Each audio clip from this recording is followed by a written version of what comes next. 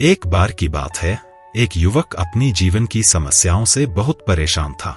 उसने एक प्रसिद्ध साधु से मिलने का निर्णय लिया, जो अपनी बुद्धिमानी और धैर्य के लिए जाने जाते थे। युवक ने साधु से अपनी समस्याओं के बारे में बताया और कहा, गुरुजी, मेरी जिंदगी में इतनी समस्याएं हैं कि मैं अब और सहन नहीं कर सकता। कृपया मेरी मदद करें। साधु ने युवक की बात ध्यान से सुनी और फिर बोले, मैं तुम्हारी मदद अवश्य करूंगा, लेकिन पहले तुम मेरे साथ आओ। साधु युवक को अपने आश्रम के पास एक छोटी सी नदी के किनारे ले गए। वहां पहुंचकर साधु ने युवक से कहा, देखो, यहाँ 3 चीजें हैं जिन्हें मैं तुम्हें दिखाना चाहता हूँ। पहला दृश्य, नदी में तैरता लकड़ी का टुकड़ा।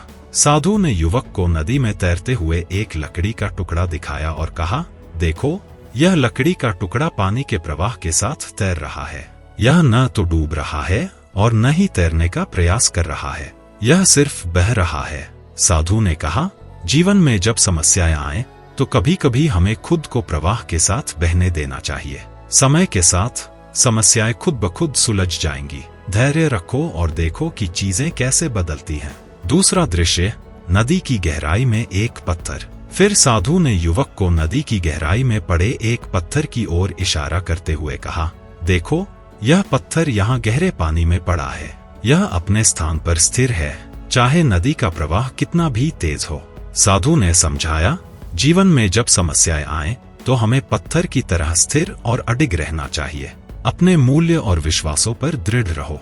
समस्याएं आएंगी और जाएंगी, लेकिन तुम्हारी आत्मा की शक्ति और स्थिरता तुम्हें सशक्त बनाएगी। तीसरा दृश्य, नदी में खिलता हुआ कमल का फूल।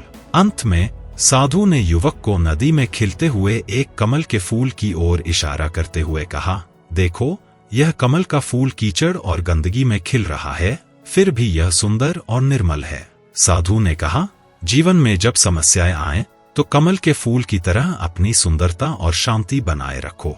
समस्याएं हमें गंदगी में डाल सकती हैं, लेकिन हमारी आंतरिक शांति और सकारात्मकता हमें खिलने में मदद करेगी। इस कहानी से हमें यह सीख मिलती है कि जीवन की समस्याओं का सामना करने के लिए हमें 3 दृष्टिकोण अपनाने चाहिए: प्रवाह के साथ बहना, स्थिरता और दृढ़ता बनाए रखना, और अपनी आंतरिक शांति और सुंदरता को बनाए रखना। समस्याएं अस्थायी होती हैं, लेकिन हमारा दृष्टिकोण और हमारे मूल्य हमें जीवन में सशक्त और संतुलित बनाए रखते हैं।